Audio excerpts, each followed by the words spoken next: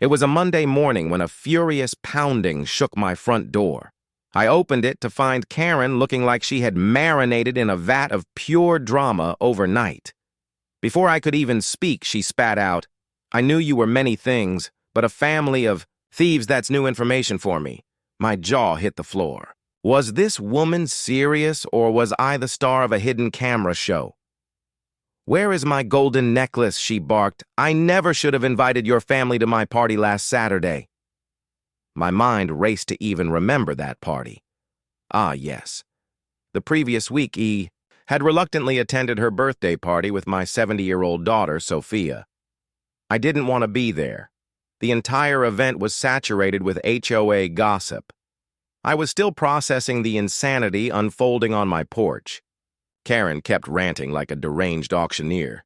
"That golden necklace has been in my family for 4 generations, and I will not let you lowlives strip me of such a precious gift." That's when my patience shattered. I could tolerate her HOA threats, her passive-aggressive flyers about lawn height, even her unsolicited advice on my gutter guards. But accusing my little girl of theft, that was the final unforgivable line. I raised an eyebrow and said, "Are you seriously accusing my child of stealing your jewelry?" She leaned in closer, her perfume attacking my nostrils like a chemical weapon, and hissed, "If I don't have my necklace back within 4 hours, I will be calling the police." I laughed out loud because the situation was so utterly absurd. "Karen, I don't have your necklace. Maybe you should check beneath that giant pile of HOA violation notices you've written for everyone." She did not find that funny. Her eyes narrowed into venomous slits, and without another word, she stomped off my porch, her high heels clicking like the sound of impending doom. I stood there completely dumbfounded, trying to process if I had just been threatened with jail time over a piece of jewelry I'd never even seen. My heart sank when I noticed several of my neighbors had overheard the entire confrontation. Perfect. Just perfect. Sophia had woken up from the noise, rubbing her sleepy eyes, and asked Daddy why was Karen yelling like that. My jaw tightened as I patted her head. "Don't worry, sweetie. Some people wake up every single day just looking for someone to blame for their own miserable existence," I said, trying to keep my voice steady. Inside, I was boiling with rage. Why me? Why my daughter Karen's party had been a circus with half the neighborhood in attendance? What twisted logic made her focus on us? I paced my living room like a soldier preparing for battle. My mind replayed every second of Saturday night, like a crime scene tape. Karen's birthday party was exactly what I predicted: loud, obnoxious music, cheap, warm champagne, and every HOA gossip queen buzzing about property values and acceptable fence colors. Sophia had spent the entire evening playing quietly with Karen's spoiled, overweight cat, while I was stranded near the snack table, desperately dodging boring conversations about whose lawn was greener. Nothing about that evening suggested criminal activity, but apparently Karen's brain had gone completely rogue. I grabbed my phone and called my lawyer, Dan. "You are not going to believe this. I started Karen just accused my 70-year-old daughter of stealing a golden family heirloom." Dan laughed like it was the punchline to a bad joke. "Oh boy, Karen, again, relax. We have crushed her in HOA disputes before we will do it again. Don't let her get to you," he said. That was easier said than done. My blood was on a constant slow boil. When I stepped outside to get some fresh air, I saw my nosy neighbors, Tom and Linda, pretending to check their mail while whispering like teenagers. Wonderful Karen's little porch performance had already spread through the neighborhood like a wildfire. I shot them a very fake smile and yelled, "If you're curious, my daughter didn't steal anything. Some people are just addicted to drama." They gave me an awkward laugh that made it clear they had already chosen a side. I clenched my fists and muttered under my breath. Karen had crossed a permanent line this time.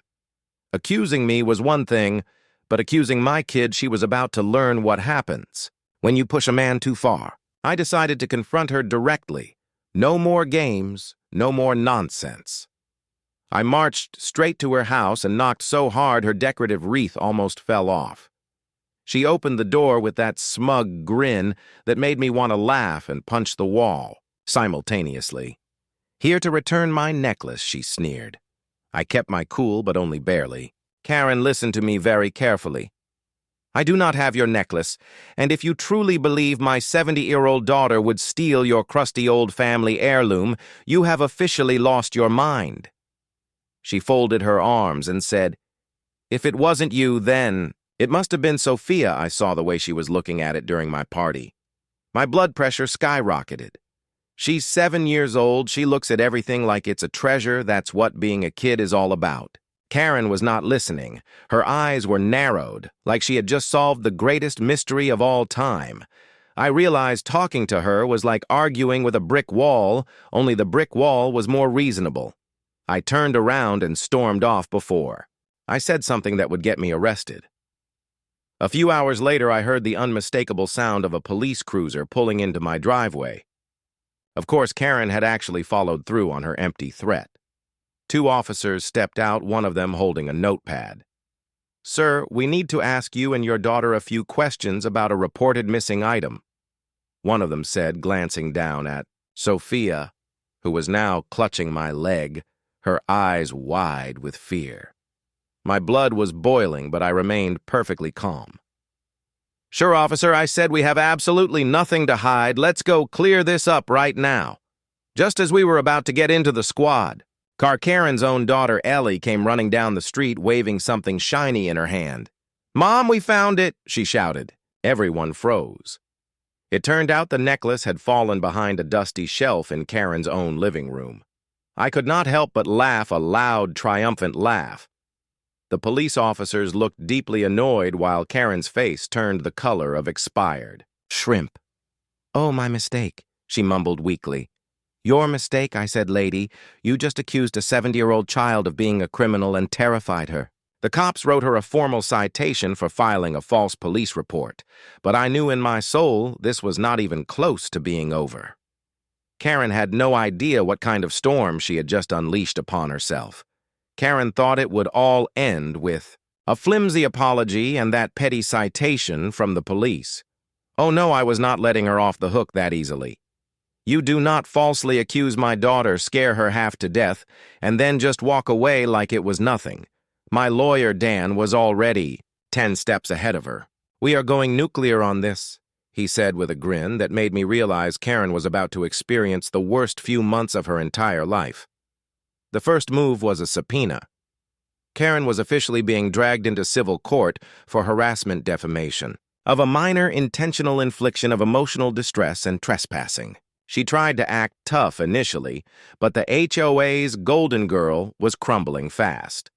Once the news spread throughout the neighborhood, people started looking at her like she was a rabid animal. Even her so-called friends began avoiding her because nobody wanted to be associated with the lunatic who accused a little girl of theft over a necklace she herself had misplaced. When the trial finally began, Dan shredded her on the witness stand like she was yesterday's garbage. "Mrs. Karen, you openly accused a young child without a single shred of evidence, you involved the police, and you publicly humiliated this entire family, all based on what he asked." Her pathetic excuse, I thought they looked suspicious.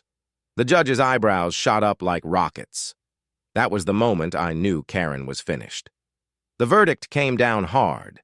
Karen was found liable and ordered to pay $150,000 in compensatory and punitive damages. Yes, $150,000 for the emotional trauma and defamation. Sophia deserved every single penny of that future therapy fund. Plus, I made sure to install a beautiful new swimming pool in my backyard just to rub it in a little. But the absolute cherry on top was that the judge sentenced her to 2 full months of community service. The same woman who once complained constantly about riffraff on the sidewalks was now forced to pick up trash on the side of the highway wearing a bright orange vest. I swear I saw a neighbor taking pictures of her for the next HOA newsletter. The HOA board tried desperately to distance themselves from her, but the damage was already done. Karen had single-handedly turned our peaceful neighborhood into a reality television soap opera and now she was the villain everyone loved to hate. She stopped making eye contact with me after that. I guess it's hard to look someone in the face after you've handed them both justice and a check for $150,000.